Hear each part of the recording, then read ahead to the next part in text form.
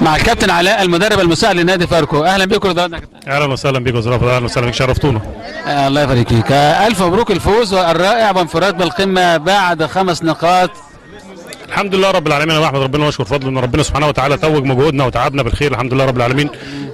برضه احنا كسبنا النهارده رشيد 5، بس طبعا رشيد فرقه محترمه، فرقه كويسه ومعاها جهاز فني محترم، بس هي طبعا الماتشات برضه كل ماتش بيبقى ليه ظروفه، يعني برضه ما اعرفش ان ماتش رشيد طبعا الفرقه يعني ما اعرفش ايه ظروفها النهارده، هم كانوا بيهاجموا بخمسه سته وسايبين مساحات في خط ظهرهم، واحنا طبعا استغلينا الحته ديت مع الكابتن احمد، برضه اتكلم مع اللعيبه عندنا ان احنا نستغل الحته دي ان هم هيهاجمونا واحنا نعمل الزوم من نص الملعب ونعمل الهجمات المرتده عليهم، والحمد لله رب العالمين ربنا وفقنا الحمد لله وقدرنا نكسب 5 الحمد لله رب العالمين.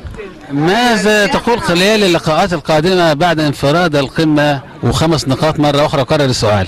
الحمد لله رب العالمين، احنا الحمد لله ربنا اكرمنا النهارده برضه وتوج مجهودنا بالخير مره واثنين وثلاثه، ان الترام خسر النهارده في ملعبه 2-1 من بدر من كوم حماده فاحنا طبعا برضه احنا لحد دلوقتي احنا بناخد كل ماتشات الماتش بماتش وكل ماتشات كؤوس كلها، وكل ماتش احنا بنعديه بنطوي بره ظهرنا ونبص في اللي جاي، يعني عندنا النهارده ان شاء الله الماتش اللي جاي برضه هنفكر فيه ال3 بونت، اهم حاجه ان احنا ناخد ال3 بونت والماتش بماتش كده واحده واحده ان شاء الله لحد ربنا ما يتوجنا على المنصه ان شاء الله. بالتوفيق ان شاء الله يا كابتن علاء. الحمد لله رب العالمين، شاكرين جدا، شكرا.